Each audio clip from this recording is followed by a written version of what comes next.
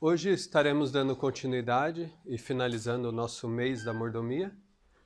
E ficou a cargo de mim falar sobre a mordomia familiar.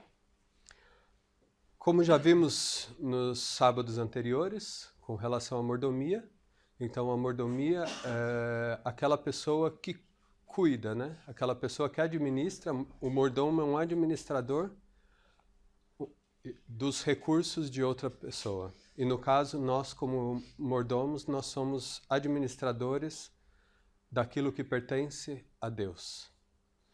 E para falar da mordomia familiar, nós temos que voltar ao início e pensar de onde, como surgiu a família e qual a importância da família. E por que que a família poderia ser considerada como uma propriedade de Deus? E eu gostaria de ler o que está escrito em Romanos, capítulo 8, verso 28 e 29. E sabemos que todas as coisas contribuem juntamente para o bem daqueles que amam a Deus, daqueles que são chamados por seu decreto. Porque os que dantes conheceu também predestinou para serem conformes à imagem de seu Filho, a fim de que ele seja o primogênito entre muitos irmãos. Então, nós seríamos considerados como irmãos de Jesus e seríamos filhos de Deus. Então, sim, todas as famílias pertencem a Deus e como mordomos, nós temos o dever de manter a família. Nós temos o dever de fortalecer a família, porque a família é algo que é muito importante para Deus. O que vou falar hoje está basicamente baseado no que a irmã Ellen White escreveu no Ciência do Bom Viver. Então, se os irmãos quiserem ler mais a fundo sobre esse assunto, eu busquei bastante coisas no Ciência do Bom Viver. E lá, a Ellen White fala: a restauração e o reerguimento da humanidade começa no lar. A obra dos pais é a base de toda outra obra. A sociedade compõe-se de famílias e é o que a façam os chefes de família. E aí está escrito em Provérbios 4, 23.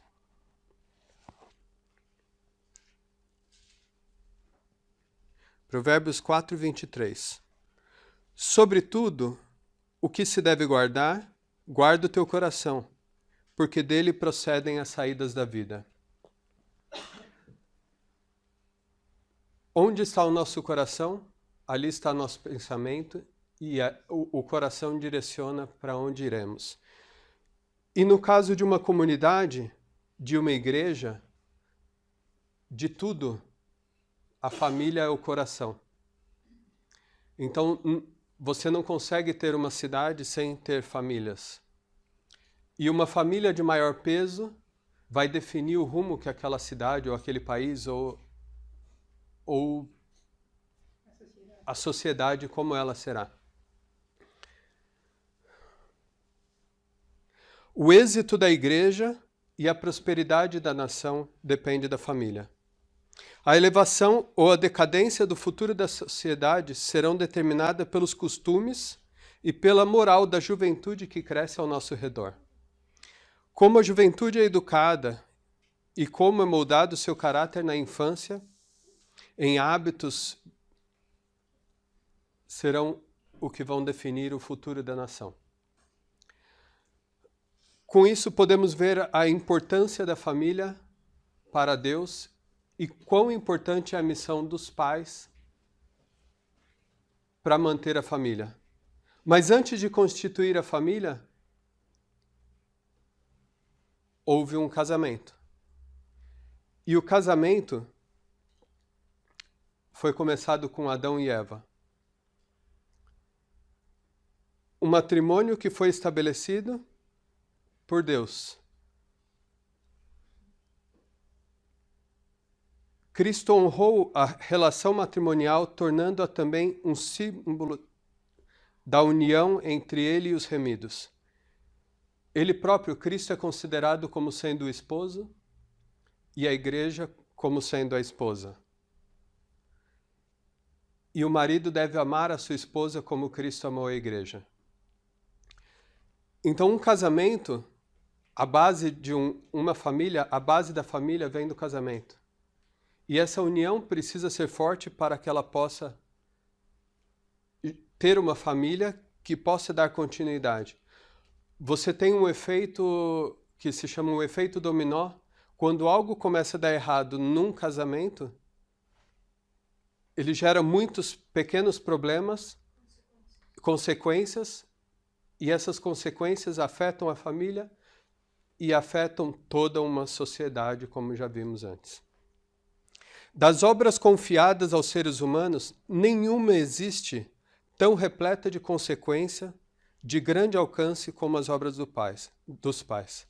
A juventude e a infância de hoje é que determinam o futuro da sociedade. O que esses jovens e essas crianças hão de ser depende do lar. Imagina, se todas as famílias seguissem a orientação que está na Bíblia, qual seria a transformação que o mundo experimentaria?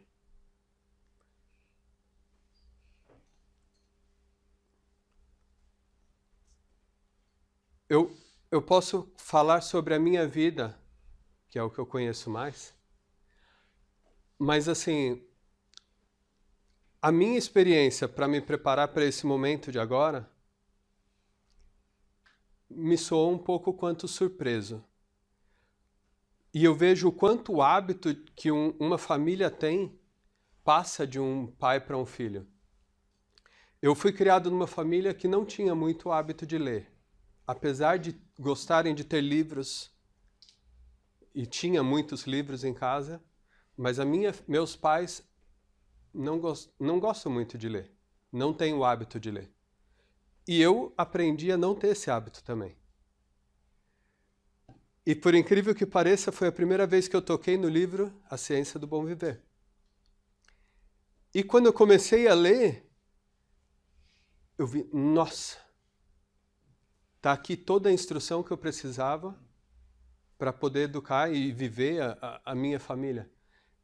E eu começava a ler aquilo, eu via quão importante é isso, por que eu não vi isso antes? E eu já comecei, na minha mente, pensar o quanto de coisa que eu precisaria mudar na minha casa para poder seguir de acordo com a vontade de Deus. O problema que eu via na minha casa, eu vi o problema, mas a dificuldade que a gente tem de consertar esse problema é muito grande. E todo o problema iniciou pela falta de seguir a orientação divina. E eu peguei essas palavras e sentia, isso é para mim e eu preciso disso. E eu preciso agora, continuando, estudar e fazer essa transformação na minha família, junto com eles.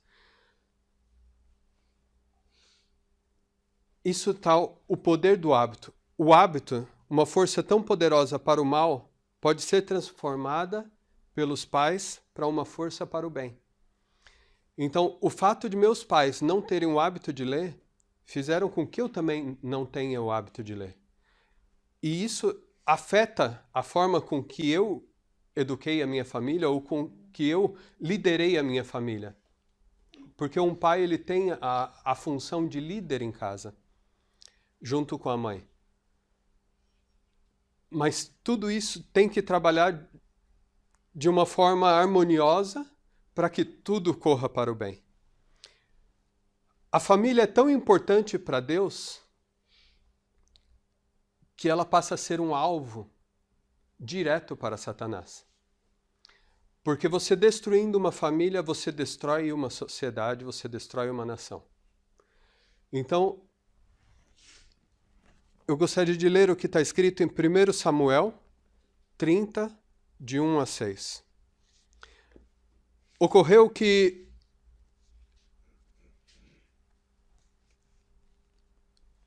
sucedeu, pois, que chegando Davi e seus homens ao terceiro dia a Ziclac, Ziclag. Já os amalequitas, com ímpeto, tinham dado sobre o sul e sobre Ziclag, e tinham ferido Ziclag, e tinham posto fogo. E levaram cativa as mulheres que estavam nela. Porém, a ninguém mataram, nem pequenos nem grandes. Tão somente os levaram consigo e foram pelo seu caminho. E Davi e os seus homens vieram à cidade, e eis que estava queimada a fogo, e suas mulheres, seus filhos e suas filhas levados cativos.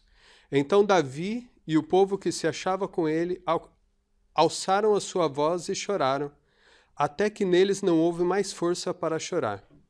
Também as suas mulheres de Davi foram levadas cativas, Ainoã, Jezreelita, e Abigail, a mulher de Nabal, Carmelita.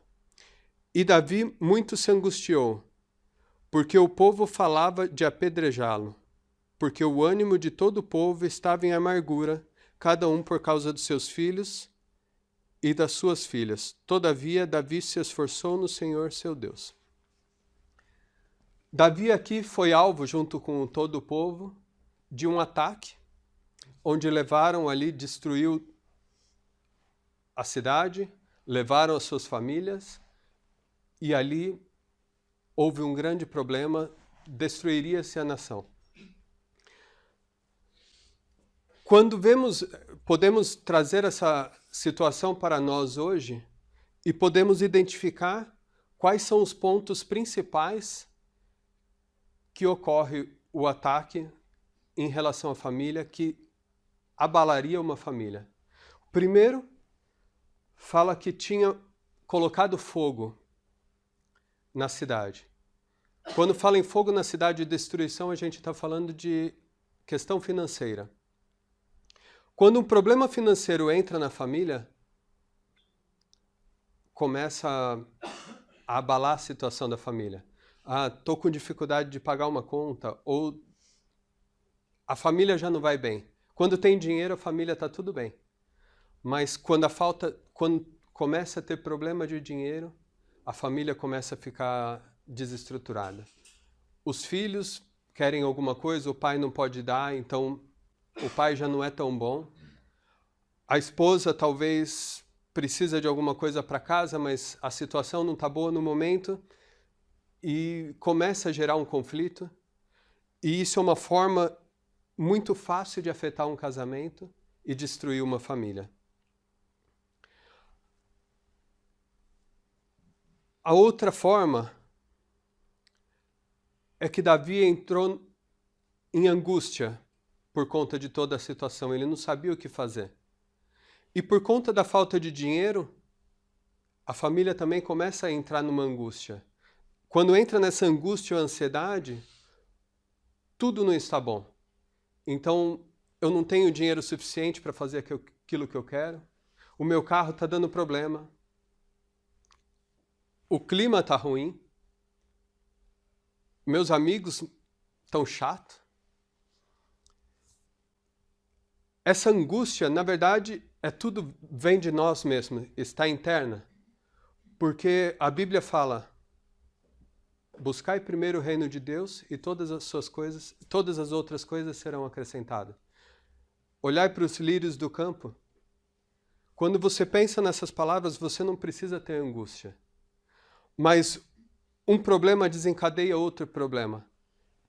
E a família passa a ser destruída.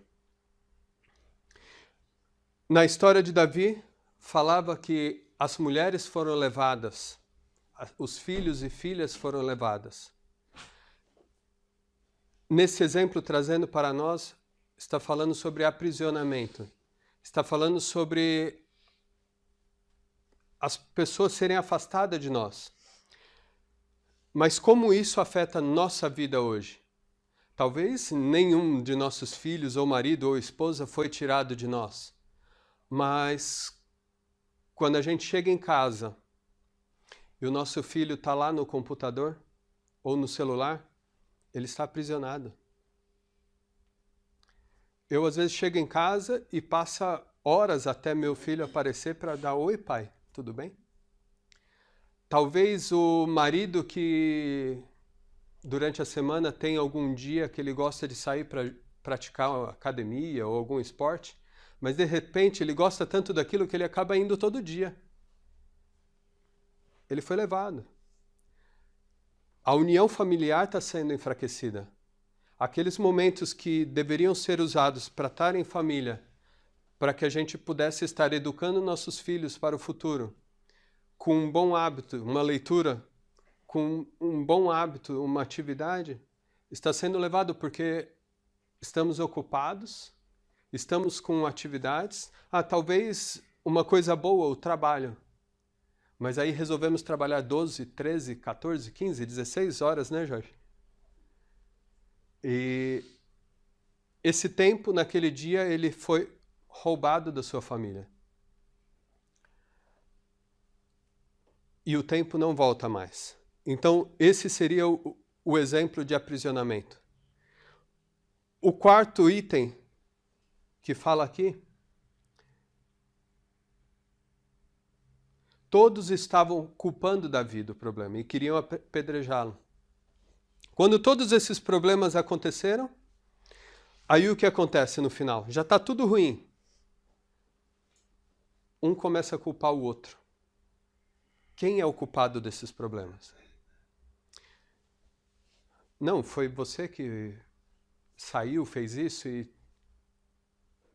e a culpa vem e aí a família está destruída. Um problema puxando o outro. Como se livrar disso tudo? Nós sabemos que nós temos que educar nossos filhos, nós precisamos manter a família. A família é a coisa mais importante para a humanidade, para Deus, porque o objetivo de Deus é que tenha uma grande família. Mas a família está sendo destruída por Satanás. Hoje, em todo o mundo, está se pregando a ideologia de gêneros, né? Um ataque direto à família. Então já não se nasce mais menino e menina, nasce pessoas. E você decide depois o que você quer ser. Continuando, há uma esperança. No versículo 6 de 1 Samuel 30, fala: Davi se esforçou no Senhor seu Deus. Depois de tudo isso, Davi procurou a Deus. E aí, continuando no verso 8, então consultou Davi ao Senhor, dizendo: perseguirei eu essa tropa? Alcançarei? E o Senhor disse: persegue-a, porque de certo alcançarás e tudo libertarás. E todos sabem que Davi perseguiu, alcançou, libertou todo mundo e não teve nenhum prejuízo, e na verdade teve lucro, porque eles acabaram ficando com despojos também de guerra. Então, mediante a tudo que havia ocorrido, tudo foi destruído. Mas Davi ainda confiou no Senhor e teve esperança. E nós? Como que cuidamos da nossa família quando ela começa a entrar em dificuldade? Será que nós estamos buscando a solução para os nossos problemas em conhecimento dos homens? Ou estamos buscando a solução para os nossos problemas no conhecimento que vem de Deus? Homens e mulheres podem atingir o ideal de Deus a seu respeito, se tornarem Cristo como seu ajudador. O que a sabedoria humana não pode fazer, sua graça realizará pelos que a ele se entregarem em amorosa confiança.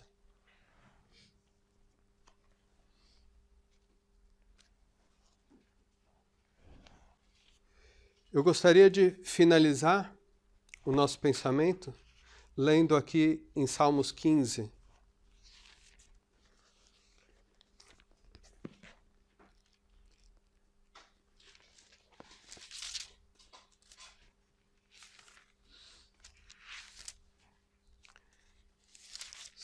Salmos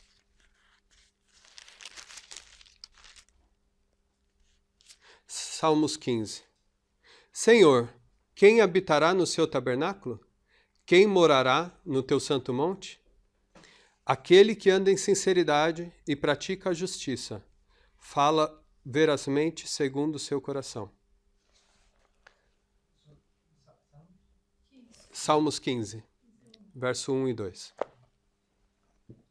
Quem habitará no céu? Aquele que é íntegro.